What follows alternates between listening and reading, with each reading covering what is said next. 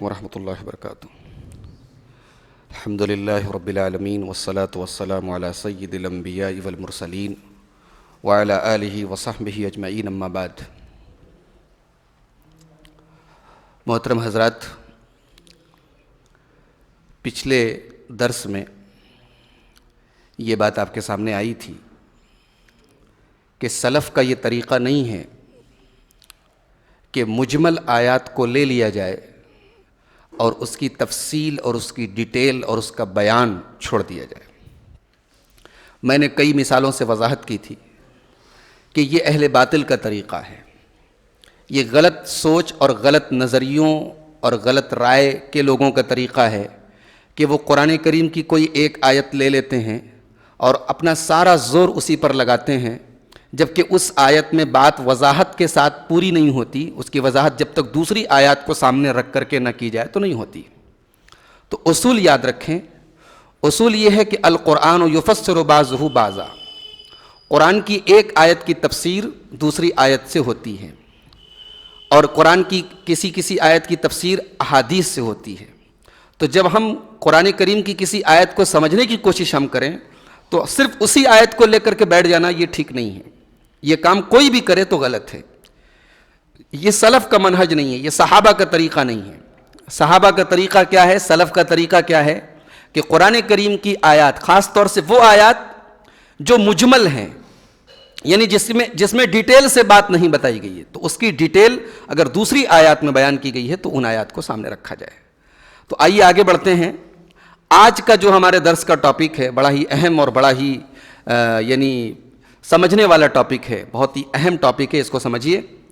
کہتے ہیں شیخ محمد بن عمر بازمول حفظہ اللہ، کہتے ہیں کہ لیس من منہج السلف الاہتمام بالاحادیث المرفوعہ دون الآثار الموقوفہ۔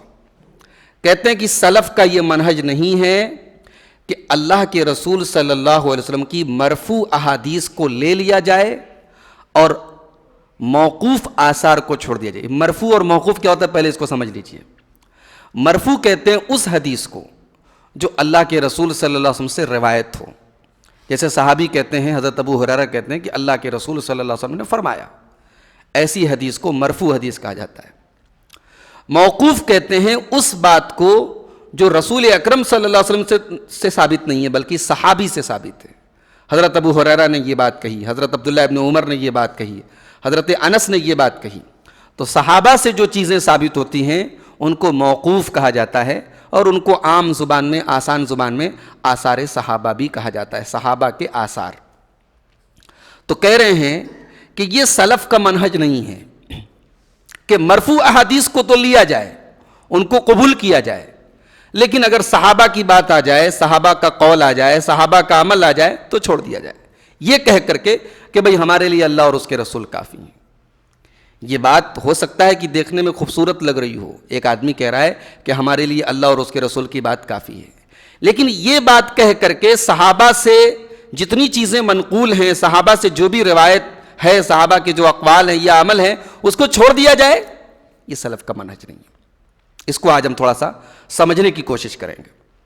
دیکھیے، ایک ہوتا ہے کہ صحابی کی کوئی بات ہے اور اس بات کے مقابلے میں اللہ کے رسول صلی اللہ علیہ وسلم کی کوئی حدیث ہے۔ صحابی نے کوئی بات کہی اور صحابی کے اس قول کے خلاف اللہ کے رسول صلی اللہ علیہ وسلم کی کلیئر حدیث موجود ہے، تو اس موقع پر کیا کریں گے؟ اس موقع پر اصول یہی ہے، سلف کا اصول یہی ہے جو قرآن اور حدیث نے ہمیں بتایا ہے کہ ہم اللہ کے رسول صلی اللہ علیہ وسلم کی بات کو قبول کریں گے، صحابی کے احترام کے باوجود صحابی کی اس بات کو نہیں لیں گے۔ یہ ہم کب کریں گے؟ جب معارضہ ہو، ٹکراؤ ہو، صحابی کی بات نص سے ٹکرا رہی ہے، لیکن ہر جگہ ایسا ہم نہیں کریں گے کہ صحابی کی بات کو بالکل دیکھیں گے ہی نہیں، لیں گے ہی نہیں، بلکہ کہیں کہیں صحابی کی بات کو لینا ضروری ہوتا ہے۔ قرآن کی آیت ہے، قرآن کی آیت کا صحیح مطلب کیا ہے؟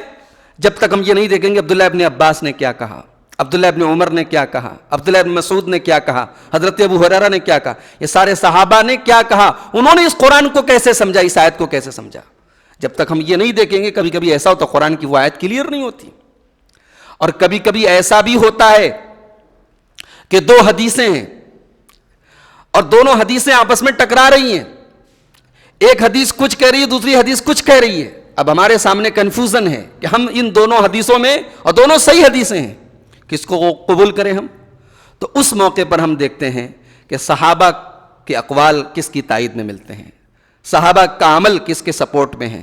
تو اس موقع پر دو حدیثوں میں یا دو نصوص میں تطبیق دینے میں یا ترجیح دینے میں، کسی ایک کو ایکسپٹ کرنے میں، کسی ایک پر عمل کرنے میں ہمیں آسانی ہوتی ہے. اللہ تعالیٰ نے قرآن کریم میں فرمایا سورہ توبہ کی آیت نمبر 119 کے اندر، یا ایھا الذین آمنوا اتقوا اللہ وکونوا مع الصادقین، اے ایمان والو اللہ سے ڈرو اور سچے لوگوں کے ساتھ رہو. اس میں ایک تو اصول بتایا گیا کہ کبھی بھی ہمارا، یعنی ایک مسلمان کا اصول یہ ہونا چاہیے کہ وہ سچے لوگوں کے ساتھ رہے، اس کی صحبت، اس کی سنگت اچھے لوگ اور سچے لوگوں کے ساتھ ہو. لیکن اس آیت میں اللہ سے ڈرنے کے بعد یہ جو بات کہی کہ وَكُونُوا مَعَ الصَّادِقِينَ، سچے لوگوں کے ساتھ رہو، یہاں سچے لوگوں سے حقیقت میں مراد کون ہے؟ حضرت عبداللہ ابن عمر رضی اللہ تعالیٰ عنہ بڑے مشہور صحابی ہیں، بہت مشہور صحابی ہیں اور بڑے متبع سنت صحابی ہیں. یہ اللہ کے رسول صلی اللہ علیہ وسلم کی باتوں کو سمجھنے میں ان کا فہم بڑا بہترین تھا. ایک مرتبہ اللہ کے رسول صلی اللہ علیہ وسلم صحابہ کے سامنے بیٹھے تھے اور بات نکلی کہ کون سا ایسا درخت ہے جس کی مثال مومن کی طرح ہے، جس کے پتے کبھی جھڑتے نہیں ہیں، کون سا ایسا درخت ہے؟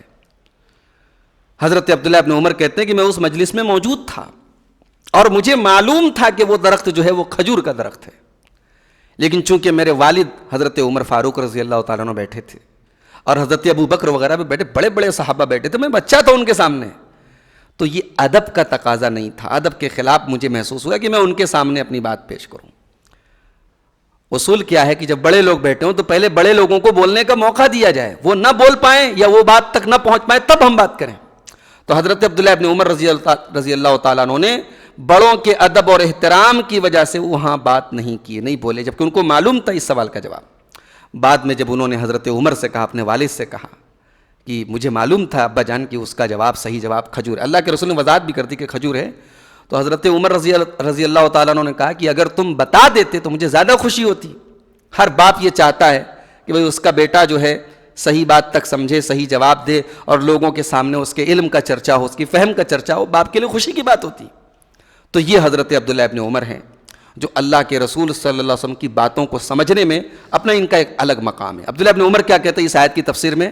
کہتے ہیں کہ اللہ تعالیٰ نے فرمایا کہ سچے لوگوں کے ساتھ رہو. اس سے کون مراد ہے؟ مع محمد صلی اللہ علیہ وسلم و اصحابہ. سچے لوگوں کے ساتھ رہو یعنی نبی کے ساتھ رہو اور نبی کے صحابہ کے ساتھ رہو. بھائی سچوں کے امام کون ہیں؟ سب سے اس کائنات میں سب سے سچا کون ہے؟ ہمارے نبی صلی اللہ علیہ وسلم ہے. الصادق الامین ہیں آپ اور آپ کے صحابہ کے ساتھ رہو. یہ اس آیت میں اللہ تعالیٰ نے ہمیں حکم دیا ہے. امام ابن القیم رحمہ اللہ کہتے ہیں اپنے قصیدہ نونیہ کے اندر، جو ان کا ایک بہت لمبی ان کی ایک نظم ہے عربی میں، اور اس کا ہر شعر جو ہے اس کے آخر میں نون ہے. کہتے ہیں العلم ما قال اللہ، العلم ما قال اللہ وقال رسولہ. علم وہ ہے جو اللہ کہے اور جو اللہ کا رسول کہے. قال الصحابۃ هم اولو العرفان، اور جو صحابہ کہیں جو کہ دین کی سمجھ رکھنے والے ہیں. دیکھیے علامہ ابن القیم رحمہ اللہ نے ایسا نہیں کہا کہ علم بس وہ ہے جو اللہ نے کہا، جو رسول نے کہا. انہوں نے ایک تیسری چیز کا بھی ذکر کیا، جو صحابہ نے کہا ہو. یہ بہت سمجھنے کی بات ہے. آج ایک عام آدمی جس کو دین کی سمجھ نہیں ہے فٹ سے کہہ دیتا ہے بھی صحابہ سے ہمیں مطلب نہیں ہے، اللہ نے کیا کہا، رسول نے کیا کہا، کافی ہے.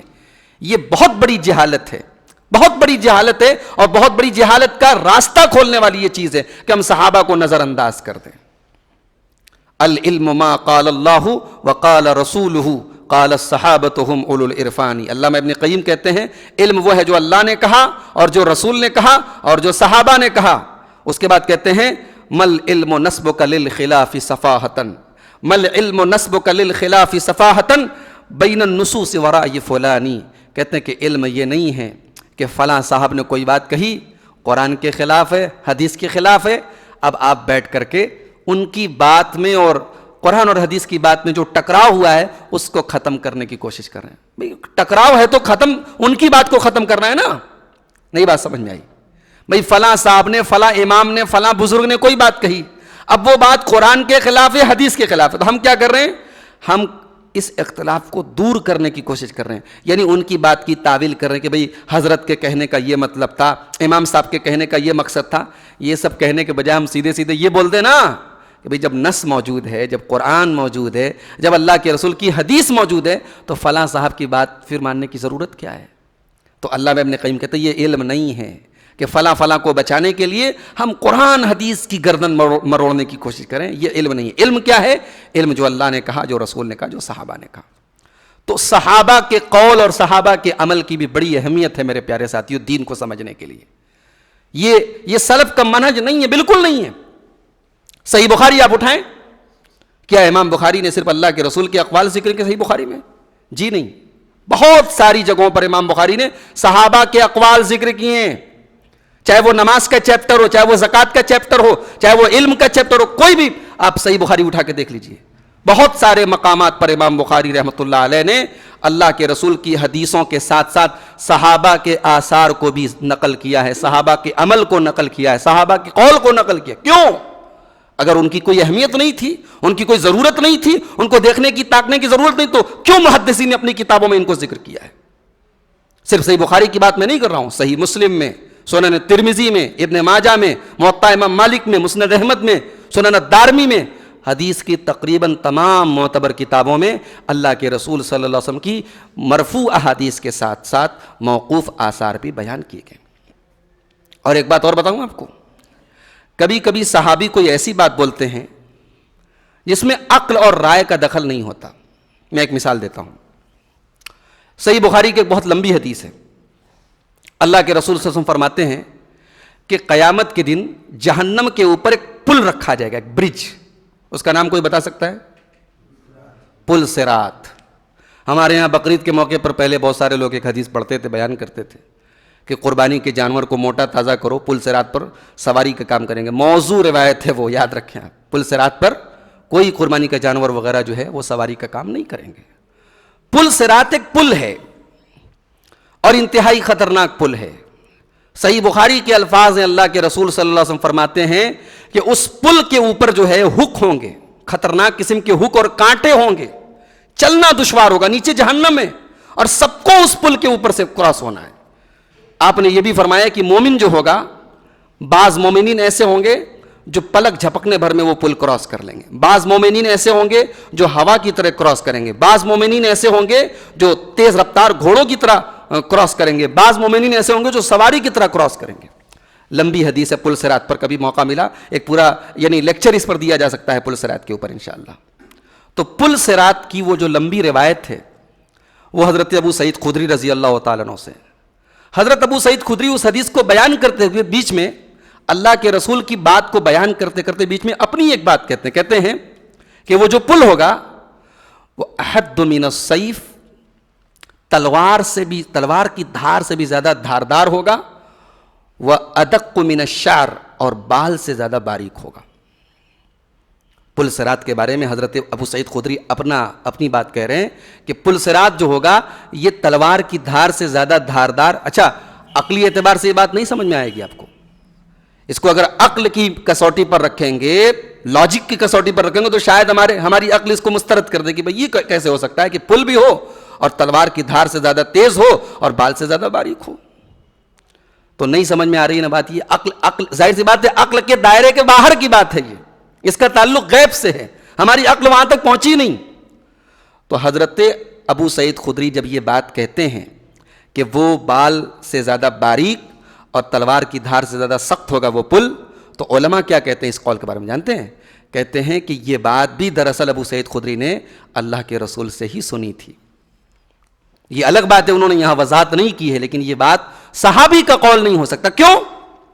اس لیے کہ صحابی ایسی بات دین کے اندر بول ہی نہیں سکتا جس میں عقل اور رائے کا کوئی دخل ہی نہیں۔ بھئی پل صراط کا تعلق عقل سے تو نہیں کہ ہم اپنے من سے اپنی عقل سے بیان کر دیں، پل صراط کا تعلق غیب سے ہے، یعنی ایک ایسی چیز سے ہے جس میں عقل کا کوئی دخل نہیں ہے، دماغ کا کوئی دخل نہیں ہے۔ تو علماء کا متفقہ اصول ہے، سلف کا متفقہ اصول ہے، یاد رکھیں کہ اگر صحابی کوئی ایسی بات بولیں کہ جس میں عقل کا کوئی دخل نہیں ہے تو اس صحابی کی اس بات کو بھی حدیث مانا جائے گا، اور یہ مانا جائے گا صحابی نے رسول سے ہی سن کے یہ بات کہی ہوگی۔ یہ اصول ہے اہل سنت کے اور سلف کے بنائے ہوئے اصول ہیں، ان کو یاد رکھے میرے پیارے ساتھی۔ بڑا آسان ہے فٹ سے کہہ دینا کہ بھئی ہم بس اللہ کی بات مانیں گے، رسول کی بات مانیں گے، اور صحابہ کی کوئی حیثیت نہیں ہے۔ بہت بڑی مصیبت ہے ہمارے لیے جب ہم صحابہ کو نظر انداز کر دیں دین کو سمجھنے کے بارے میں۔ تو اسی لیے شاہ ولی اللہ محدث دہلوی اپنی کتاب عقد الجید، بہت مشہور کتاب ہے ان کی، عقد الجید میں کہتے ہیں کہ حضرت امام ابو حنیفہ رحمہ اللہ سے پوچھا گیا اذا قلت قولا ويخالفه کتاب اللہ، امام صاحب اگر آپ کی بات اللہ کی کتاب کے خلاف ہو تو کیا کیا جائے؟ امام ابو حنیفہ، یقیناً امام ابو حنیفہ رحمۃ اللہ علیہ بھی اس امت کے ایک جلیل القدر عالم ہیں، امام ہیں، اور ہمارے اسلاف میں سے ہیں۔ امام ابو حنیفہ کہتے ہیں کہ اترکوا قولی بکتاب اللہ، میری بات کو اللہ کی کتاب جب آ جائے، آیت اگر میری بات کے خلاف ہے میری بات کو چھوڑ دو، اللہ کی کتاب کو لے لو۔ پھر پوچھا گیا کہ اذا قلت قولا ويخالفه خبر الرسول، اگر آپ کی بات کے خلاف اللہ کے رسول صلی اللہ علیہ وسلم کی کوئی خبر ہے، کوئی حدیث ہے، تب کیا کیا جائے؟ کہا کہ میری بات کو چھوڑ دو اور اللہ کے رسول صلی اللہ علیہ وسلم کی بات کو لے لو۔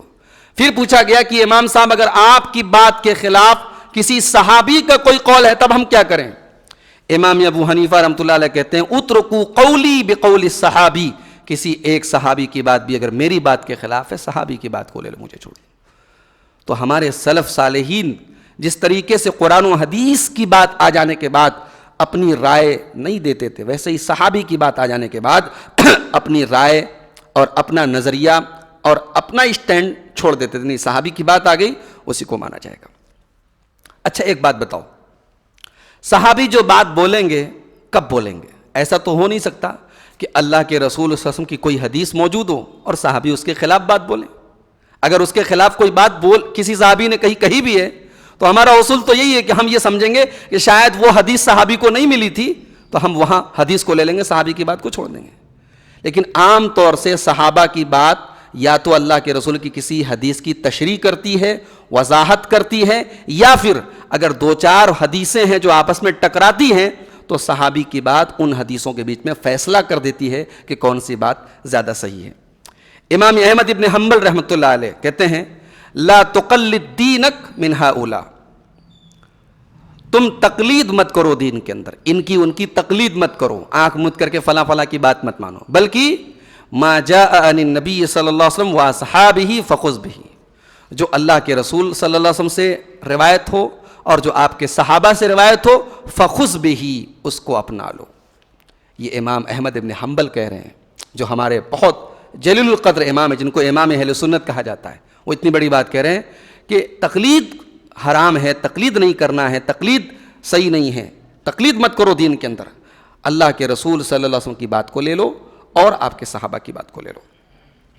امام ابن تیمیہ رحمۃ اللہ علیہ، میں ان کی جو بات نقل کرنے چاہ رہا ہوں پہلے اس بات کو غور سے سنیے گا اور اس کے بعد میں تھوڑا سا سمجھاؤں گا، سمجھنے کی کوشش کیجیے۔ کہتے ہیں علامہ ابن تیمیہ فمن ظن انہ ما جاء فی الکتاب والسنۃ، جو آدمی یہ سمجھے کہ جو قرآن اور حدیث میں آیا ہے بس ہم اسی کو لیں گے، بدون ان یقتدی بالصحابہ، صحابہ کی اقتداء نہیں کریں گے، ویتبع سبیلہم، صحابہ کے راستے پر نہیں چلیں گے، فہو من اہل البدع و اہل الضلالہ، وہ آدمی گمراہ ہے اور بدعتی ہے۔ کتنی خطرناک بات کر رہے ہیں علامہ ابن تیمیہ۔ بظاہر یہ بات ہم کو نہیں سمجھ میں آ رہی ہے، بھئی ایک آدمی اگر یہ کہہ رہا ہے کہ قرآن اور حدیث کی بات پر ہم عمل کریں گے اور صحابہ کی بات نہیں لے رہا ہے تو گمراہ ہے، کیوں گمراہ ہے؟ علامہ ابن تیمیہ رحمۃ اللہ علیہ کی اس بات کو سمجھیے، انہوں نے یہ بات اپنے من سے نہیں کی، انہوں نے قرآن اور حدیث کی روشنی میں کہی ہے۔ اللہ تعالیٰ نے قرآن کریم میں فرمایا کہ وَمَن يُشَاقِقِ الرَّسُولَ مِن بَعْدِ مَا تَبَيَّنَ لَهُ الْهُدَى، حق بات آ جانے کے بعد، واضح طریقہ آ جانے کے بعد جو رسول کے طریقے پر نہ چلے، یشاقق الرسول، رسول سے اختلاف کرے، وَيَتَّبِعْ غَيْرَ سَبِيلِ الْمُؤْمِنِينَ، اور مومنین کا راستہ چھوڑ دے۔ یہاں مومنین سے کون مراد ہے؟ نبی کے صحابہ مراد ہیں۔ یعنی رسول سے اختلاف کرنا، رسول کی بات نہ ماننا، جیسے یہ جرم ہے، یہ غلط ہے، ویسے ہی صحابہ کے طریقے پر نہ چلنا یہ بھی جرم اور یہ بھی غلط ہے۔ یہ اللہ تعالیٰ قرآن میں کہہ رہا ہے کہ جو بھئی اگر صرف رسول سے اختلاف کر لینے پر بات ختم ہو گئی تھی نا، رسول سے اختلاف کرنا خود جہنم میں لے کے جانے والی چیز ہے، لیکن اللہ نے دو چیزوں کا ذکر کیا کہ جو رسول سے اختلاف کرے وَيَتَّبِعْ غَيْرَ سَبِيلِ الْمُؤْمِنِينَ، اور مومنین کو چھوڑ کر کے کوئی اور راستہ اپنائے تو ہم کیا کریں گے؟ نُوَلِّهِ مَا تَوَلَّى، جدھر وہ مڑے گا ادھر موڑ دیں گے۔ یہ بہت بڑی مصیبت ہے۔ آدمی غلط راستے پر جب چلتا ہے نا، اللہ تعالیٰ اس کو اسی راستے پہ چلا دیتا ہے۔ بہت بڑی مصیبت ہے میرے پیارے ساتھیوں کہ ایک آدمی دلدل میں جا رہا ہو اور دلدل کو ہریالی سمجھ رہا ہو، اسے سمجھانے والا سمجھا رہا ہو کہ ارے بھائی مت جاؤ، آگے دلدل ہے، ارے ہٹو یار، تو مجھے ہریالی میں جانے سے روک رہے ہو۔ وہ اوپر سے ہریالی ہے لیکن اندر سے دلدل ہے۔ بہت بڑی مصیبت ہے میرے پیارے ساتھیوں، ایک آدمی ہریالی سمجھ کے دلدل میں جا رہا ہو۔ صحابہ کو چھوڑ دینا، نبی کو چھوڑ دینا، نبی کے طریقے کو چھوڑ دینا اور صحابہ کے منہج کو چھوڑ دینا، یہ دلدل میں جانا ہے۔ نُوَلِّهِ مَا تَوَلَّى، اللہ فرما رہے ہیں وہ جدھر مڑے گا ہم ادھر موڑ دیں گے۔ وَنُصْلِهِ جہنم، اور اس کا ٹھکانہ کیا ہے؟ جہنم ہے۔ اس کا کام بھی برا ہے، اس کا انجام بھی برا ہے۔ وہ نبی کے ساتھ نہیں ہے، نبی کے صحابہ کے ساتھ نہیں، تو قیامت کے دن کیسے نبی کے ساتھ رہے گا اور نبی کے صحابہ کے ساتھ رہے گا؟ جو نبی کے ساتھ دنیا میں نہیں ہے وہ آخرت میں بھی نبی کے ساتھ نہیں، جو نبی کے صحابہ کے ساتھ دنیا میں نہیں وہ آخرت میں بھی نبی کے صحابہ کے ساتھ نہیں۔ اس کا کام بھی برا، اس کا انجام بھی برا۔ وَنُصْلِهِ جہنم، اسے ہم جہنم میں پہنچا دیں گے۔ وَسَاءَتْ مَصِيرًا، اور جہنم بہت ہی برا ٹھکانہ ہے۔ تو علامہ ابن تیمیہ کی یہ بات غلط نہیں ہے، قرآن کی اسی آیت کی روشنی میں انہوں نے بات کہی کہ جو آدمی صرف یہ کہے دعویٰ کرے ہم قرآن کو لے لیں گے، ہم حدیث کو لے لیں گے، صحابہ کی ضرورت نہیں ہے، صحابہ کی اقتداء نہیں کریں گے، صحابہ کی پیروی نہیں کریں گے، صحابہ کے طریقے پر نہیں چلیں گے، گمراہ ہے وہ، بدعتی ہے وہ۔ بڑی مشہور حدیث ہے اللہ کے رسول صلی اللہ علیہ وسلم کی، ترمذی کی روایت ہے۔ آپ نے فرمایا کہ میری امت میں 73 سیکٹ پیدا ہوں گے، 73 فرقے پیدا ہوں گے۔ بنی اسرائیل میں 72 پیدا ہوئے، میری امت ایک قدم آگے رہے گی، 73 فرقے پیدا ہوں گے، اور 73 فرقوں میں ایک جماعت جنت میں جائے گی۔ صحابہ نے پوچھا کہ اللہ کے رسول وہ کون سی جماعت جنت میں جائے گی؟ تو اللہ کے رسول نے فرمایا ما انا علیہ واصحابی، جس پر میں ہوں اور میرے صحابہ ہیں۔ آپ نے یہ نہیں کہا جس پر میں ہوں، آپ نے اپنے ساتھ ساتھ صحابہ کا نام لیا، جس پر میں ہوں اور میرے صحابہ ہیں۔ اس بات کو سمجھ لیجئے، اپنے دماغ میں بٹھا لیجئے کہ نبی صلی اللہ علیہ وسلم کے ساتھ ساتھ صحابہ کا طریقہ بھی دین کا ایک حصہ ہے۔ صحابہ کی جو مجموعی سمجھ ہے، صحابہ نے دین کو کیسے سمجھا ہے، یہ بھی دین کا ایک حصہ ہے۔ اب یہاں پر ایک سوال پیدا ہوتا ہے کہ اگر صحابہ کے اپنے آپس میں اختلاف ہوں، ایسا بھی تو ہو سکتا ہے، کسی ایک مسئلے میں صحابہ کی 5 باتیں ہیں، تب کیا کریں گے؟ تب اصول یہی ہے، علامہ ابن عثیمین رحمۃ اللہ علیہ کہتے ہیں، بڑی پیاری بات کہتے ہیں، قول الصحابی حجت، صحیح بات یہ ہے کہ صحابی کا قول حجت ہے۔ صحابی اگر کوئی بات کہیں تو وہ دلیل ہے، لیکن اگر صحابی کا قول کسی دوسرے صحابی سے ٹکرا رہا ہے یا صحابی کا قول کسی نص سے، نص کا مطلب قرآن کی کوئی آیت یا اللہ کے رسول کی کوئی حدیث، تو صحابی کا قول اگر نص سے ٹکرا رہا ہے تو علامہ ابن عثیمین رحمۃ اللہ علیہ کہتے ہیں کہ اس موقع پر ہم ترجیح کا راستہ اختیار کریں گے۔ کیا مطلب؟ یعنی ہم دیکھیں گے کہ کس کی بات قرآن اور حدیث سے یعنی میل کھا رہی ہے، کس کی بات قرآن اور حدیث سے میچ ہو رہی ہے، یا پھر اور بھی جو طریقے ہیں 2-4 حدیثوں کے بیچ میں تطبیق دینے کے، وہ ہم سارے طریقے اپنائیں گے۔ اچھا، اگر کوئی کہے کہ نہیں ہمیں صحابی کی بات نہیں ماننا ہے، اس سے بس ہم ایک سوال کریں گے، تم قرآن اور حدیث سے ثابت کر کے دکھا دو کہ اللہ کے رسول کو آپ کی وفات ہوگی، آپ کو موت آ گئی، تم قرآن اور حدیث سے ثابت کر دو۔ کیسے دکھائیں گے آپ؟ قرآن میں اللہ نے یہ تو کہا کہ انک میت و انہم میتون، اے نبی آپ کو موت آنے والی ہے۔ قرآن میں یہ تو نہیں کہا اللہ نے کہ آپ کو موت آ گئی۔ نبی صلی اللہ علیہ وسلم کو دنیا میں آپ کے اوپر موت طاری ہوئی اور آپ ہم سے رخصت ہو گئے، جدا ہو گئے، یہ بات کہاں ملے گی آپ کو قرآن کے اندر؟ کہیں نہیں ہے قرآن کے اندر، حدیث میں بھی نہیں ہے۔ بھئی اللہ کے رسول صلی اللہ علیہ وسلم خود تھوڑی بتائیں گے کہ اب مجھے وفات آ چکی ہے، میں دنیا سے جا چکا ہوں۔ صحابہ بتائیں گے کہ ہاں ہم نے 12 ربیع الاول کی تاریخ تھی، سوموار کا دن تھا، ہم نے دیکھا کہ اللہ کے رسول صلی اللہ علیہ وسلم ہمارے بیچ سے چلے گئے۔ فجر کے ٹائم آپ آئے, آپ اپنے حجرے کا اپنے پردہ ہٹایا, آپ نے اپنے صحابہ کو دیکھا فجر کی نماز پڑھتے ہوئے, آپ کے چہرے پر مسکراہٹ آئی. صحابہ کرام کہتے ہیں کہ ہم اس ڈر میں پڑ گئے کہ کہیں ہم, اتنی خوشی ہم کو ہوئی کہ اللہ کے نبی دروازے پر آئے ہیں, اور ہم تالیاں بجانے لگے, اپنی رانوں پر ہاتھ مارنے لگے کہ ابو بکر پیچھے ہٹ جاؤ. اللہ کے رسول نے اشارہ کیا, ابو بکر کو نماز پڑھاتے رہیں, اور آپ نے پردہ گرا دیا. صحابہ کہتے ہیں یہ آخری دیدار تھا جو نبی نے اپنے صحابہ کا کیا. یہ ساری حدیثیں موجود ہیں نا. تو صحابہ کا قول اگر آپ نہیں مانتے, صحابہ کی بات نہیں مانتے, آپ قرآن اور حدیث کی روشنی میں, ایک موٹی مثال دے رہا ہوں یہ کہ قرآن اور حدیث کی روشنی میں آپ ثابت نہیں کر پائیں گے کہ اللہ کے رسول صلی اللہ علیہ وسلم کے اوپر موت طاری ہوئی ہے, آپ کی وفات ہوئی ہے. پھر آپ کے انتقال کے بعد آپ دیکھیے, خود صحابہ میں آپس میں اختلاف ہوا کہ نہیں ہوا. حضرت عمر کا بڑا مشہور قول ہے, بخاری کی روایت ہے, انہوں نے کہا ہم نہیں مانتے کہ اللہ کے رسول کا انتقال ہوا ہے, بلکہ اللہ کے رسول گئے ہیں 40 دن کے بعد واپس آئیں گے, جیسے موسیٰ علیہ السلام گئے تھے, اور آ کر کے ان لوگوں کی گردنیں مار دیں گے جو کہتے ہیں کہ اللہ کے رسول کی وفات ہو گئی. اس موقع پر حضرت عمر فاروق, حضرت ابوبکر صدیق رضی اللہ تعالیٰ عنہ, ان کی دور اندیشی وہ واقعی میں دیکھنے کے لائق ہے. وہ آئے, اللہ کے رسول صلی اللہ علیہ وسلم کا جسم مبارک آپ کے حجرے میں تھا, آپ کی وفات ہو چکی ہے. حضرت ابوبکر صدیق آتے ہیں اور اللہ کے رسول کی پیشانی کو چومتے ہیں اور کہتے ہیں طبت حیا و میتا, اے میرے نبی زندگی میں بھی آپ پاک اور صاف تھے, اور موت کے بعد بھی آپ پاک اور صاف ہیں. واللہ لا یجمع علیک موتتین ابدا, اللہ کی قسم اللہ تعالیٰ سب کو دنیا میں ایک موت دیتا ہے, اور وہ ایک موت آپ کو آ چکی ہے, اللہ 2 موت آپ کو نہیں دے گا. یہ جملہ کہتے ہیں, اور مسجد نبوی کے ممبر پر آ کر کے, جس ممبر پر آج تک پیارے رسول صلی اللہ علیہ وسلم خطبہ دیا کرتے تھے, اس ممبر پر آج پیارے نبی کا یہ جانشین اور پیارے نبی کا یہ خلیفہ آج اسی ممبر پہ کھڑے ہو کے اپنے نبی کے صحابہ کو خطاب کر رہا ہے. اور وہ بڑا ہی تاریخی خطبہ تھا حضرت ابوبکر صدیق کا. اسی خطبے میں انہوں نے کہا تھا وہ جملہ جو آج بھی ایک یادگار جملہ مانا جاتا ہے حضرت ابوبکر صدیق کا, کہا تھا من کان یعبد منکم محمدا فإن محمدا قد مات. اگر کوئی محمد صلی اللہ علیہ وسلم کی عبادت کرتا تھا تو بھائی معذرت کے ساتھ آپ کا انتقال ہو چکا ہے. لیکن ہاں اگر اللہ کی عبادت کرتے ہو, ومن کان یعبد اللہ, ہم محمد صلی اللہ علیہ وسلم کو رسول مانتے ہیں لیکن اپنا معبود اللہ کو مانتے ہیں. اگر کوئی اللہ کو اپنا معبود مانتا ہے, فإن اللہ حی لا یموت, تو میرے بھائیو اللہ تعالیٰ زندہ ہے, اللہ کو موت نہیں آنے والی. اللہ کے علاوہ سب کو موت آنے والی ہے. اللہ زندہ ہے, حی ہے, قیوم ہے, اس کو کبھی موت آنے والی نہیں.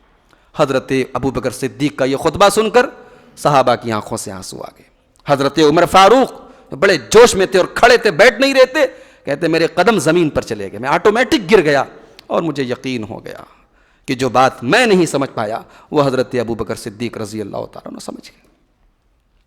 تو صحابہ میں اختلاف ہوئے ہیں, لیکن صحابہ کا خود اپنا طریقہ وہی تھا جو قرآن میں بتایا اللہ تعالیٰ نے کہ فَإِن تَنَازَعْتُمْ فِي شَيْءٍ فَرُدُّوهُ إِلَى اللَّهِ وَالرَّسُولِ. اگر کسی صحابی کی کوئی بات ٹکرا رہی ہے قرآن اور حدیث سے, قرآن اور حدیث کو لے لو, اس کو اپنا لو, بات ختم ہو جائے گی. تو آج کے درس میں ہم لوگوں نے یہ سمجھا کہ جس طریقے سے دین کو سمجھنے کے لیے قرآن کی آیتوں کو سمجھنا ضروری ہے, اللہ کے رسول کی مرفوع حدیثوں کو دیکھنا ضروری ہے, اسی طریقے سے صحابہ کے جو آثار ہمیں ملتے ہیں صحیح سند سے ثابت ہوں, ان آثار کو دیکھنا بھی ضروری ہے. انہیں نظر انداز کرنا سلف کا منہج نہیں, انہیں چھوڑ دینا سلف کا منہج نہیں, ان کا انکار کرنا سلف کا منہج نہیں. قرآن اور حدیث کے ساتھ ساتھ صحابہ کے اقوال کو سمجھنا بھی بے حد ضروری ہے. میرے بھائیوں, ملک کے حالات پر ہم سب کی بڑی اچھی نظر ہے. حالات ہم دیکھ رہے ہیں, چیزیں ہمارے کنٹرول کے باہر جا رہی ہیں, دن بدن چیزیں ہمارے کنٹرول کے باہر جا رہی ہیں. اور افسوس کی بات یہ ہے کہ ہم سب یہ جاننے کے باوجود کہ دنیا میں حکومت چاہے جس کی بھی ہو, اقتدار چاہے جس کا بھی ہو, لیکن دنیا میں اصل فیصلہ جو چلتا ہے وہ اللہ رب العالمین کا چلتا ہے. وَتُعِزُّ مَن تَشَاءُ وَتُذِلُّ مَن تَشَاءُ, عزت اور ذلت اس کے ہاتھ میں. تُؤْتِي الْمُلْكَ مَن تَشَاءُ وَتَنزِعُ الْمُلْكَ مِمَّن تَشَاءُ, بادشاہت دینے والا اور بادشاہت چھیننے والا وہی ہے.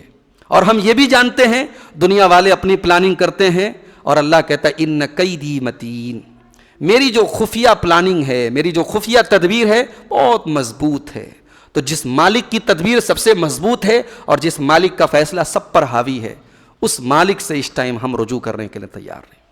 پورے ملک میں آج سڑکوں پر احتجاجات ہو رہے ہیں، پروٹیسٹ ہو رہے ہیں، مسلمان سڑکوں پر نکلا، یقیناً یہ سارے کام ہونے چاہیے، میں ان کے سپورٹ میں ہوں، ہماری جماعت کے بڑے بڑے علماء ان کے سپورٹ میں ہیں، پرامن طریقے سے احتجاج کیا جائے، پروٹیسٹ کیا جائے، اور حکومت کی ان پالیسیوں کے خلاف قانون کے دائرے میں رہ کر کے جو بھی ہم عمل کر سکتے ہوں وہ کریں۔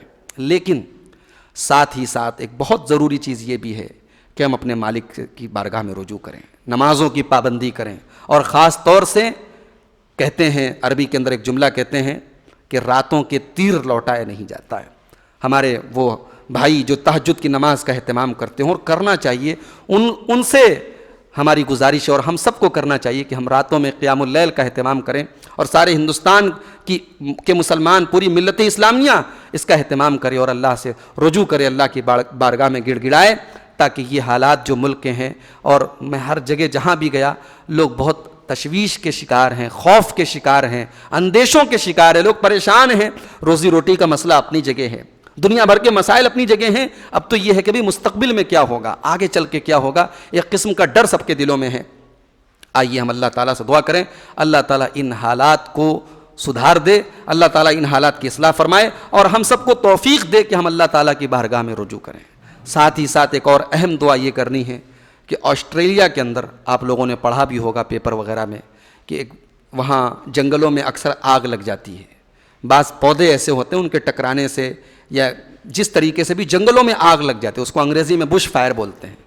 تو آسٹریلیا میں اس موقع پر جو جنگلوں میں آگ لگی ہے، چونکہ وہاں کا ایک بڑا حصہ جنگلوں پر مشتمل ہے، بہت بڑی آگ لگی ہے، اور 50 کروڑ جانور اب تک اس آگ کی وجہ سے ہلاک ہو چکے ہیں۔ 50 کروڑ جانور اور پرندے، ظاہر سی بات ہے جیسے انسان اللہ تعالیٰ کی ایک مخلوق ہے، ویسے ہی یہ بے زبان جانور بھی اللہ تعالیٰ کی ایک مخلوق ہے۔ اللہ سے دعا کیجئے اللہ وہاں اپنی رحمتوں کی بارش نازل فرما دے، اس آگ کو بجھا دے، اللہ کی اس بے زبان مخلوق پر جو پریشانی آ رہی ہے وہ ختم ہو جائے۔ حالانکہ کل ایک خبر یہ آئی ہے کہ وہاں لوگوں نے بارش کی جو نماز ہوتی ہے، استسقاء کی نماز پڑھی ہے، اور کچھ خبر ایسی بھی آئی سوشل میڈیا میں کہ نماز پڑھنے کے بعد بارش بھی ہوئی، لیکن اس خبر کی کوئی ابھی تک تحقیق نہیں ہوئی۔ اصل میں سوشل میڈیا کا بہت بڑا مسئلہ یہ ہے کہ بہت ساری خبریں اڑ جاتی ہیں۔ بنارس میں جو لاٹھی چارج ہوا بجرڈیہا کے اندر، میں جہاں بھی گیا لوگوں نے مجھ سے پوچھا کہ اس لاٹھی چارج میں تو ہم لوگوں نے واٹس ایپ پر دیکھا، ویڈیو میں دیکھا کہ 20-25 لڑکے مر گئے، تو آپ بتائیے، آپ تو بنارس کے ہیں۔ حالانکہ ہم سب جانتے ہیں کہ 20-25 لڑکوں کے مرنے کی بات غلط ہے، ایک بچہ مرا تھا۔ آج بھی میں نے بجرڈیہا میں لوگوں سے پوچھا، لوگوں نے بتایا ایک بچے کا انتقال ہوا تو وہ بھی لاٹھی چارج میں ہوا تھا۔ اور ہمیں یہ بھی ماننا پڑے گا میرے بھائیوں کہ ہم دوسروں کی سازشوں کے ساتھ ساتھ کہیں کہیں اپنوں کی نادانی کے شکار بھی ہو رہے ہیں۔ کہیں کہیں پروٹیسٹ وغیرہ اس لیے بھی فیل ہوئے کیونکہ ہمارے کچھ بھائیوں نے جذباتیت سے کام لیا، نادانی سے کام لیا، بڑوں کی بات نہیں مانی اور تشدد پر آمادہ ہو گئے۔ تو بہرحال کہنے کا مقصد یہ ہے کہ سوشل میڈیا پر بہت ساری خبریں جھوٹی پھیل جاتی ہیں۔ استسقاء کی نماز ہوئی آسٹریلیا میں، یہ بات تو صحیح ہے، لیکن نماز کے بعد بارش ہونے لگی، سن کر کے تو بہت اچھا لگ رہا ہے، مسلمانوں نے دعا کی بارش ہوگی، اللہ کرے ایسا ہوا ہو، لیکن کوئی کنفرم نیوز نہیں ہے۔ میں نے انٹرنیٹ پر چیک کیا، آسٹریلیا کا کوئی نیوز پیپر یا آسٹریلیا کا کوئی نیوز ویب سائٹ، اس پہ ایسی کوئی خبر نہیں ہے، جو خبریں ہیں سب پرانی ہیں، لیکن سوشل میڈیا پہ بات پھیل گئی ہے کہ وہاں مسلمانوں نے دعا کی اور بارش ہو گئی ہے۔ اگر ایسا ہوا ہے، اللہ کرے ایسا ہوا ہو، اور اگر ایسا نہیں ہوا ہے تب بھی ہم سب کا فرض بنتا ہے کہ ہم اپنی دعاؤں میں ان کو بھی شامل کریں، اور اللہ تعالیٰ سے دعا کریں کہ اللہ تعالیٰ ساری دنیا میں امن و سلامتی نازل کر دے، ساری دنیا کو اللہ تبارک و تعالیٰ امن اور چین کے ساتھ ساری دنیا کے لوگوں کو زندگی گزارنے کی توفیق دے۔ ہمارے ملک میں جو حالات ہیں اور ملک کے ماحول کو بگاڑنے کی جو سازشیں ہو رہی ہیں، اللہ تعالیٰ ان سازشوں کو ناکام کر دے۔ رب العالمین ہم سب کو امن اور چین کے ساتھ اپنے دین اور دنیا کے حقوق ادا کرتے رہنے کی توفیق عطا فرمائے۔ آمین۔ وآخر دعوانا الحمد للہ رب العالمین۔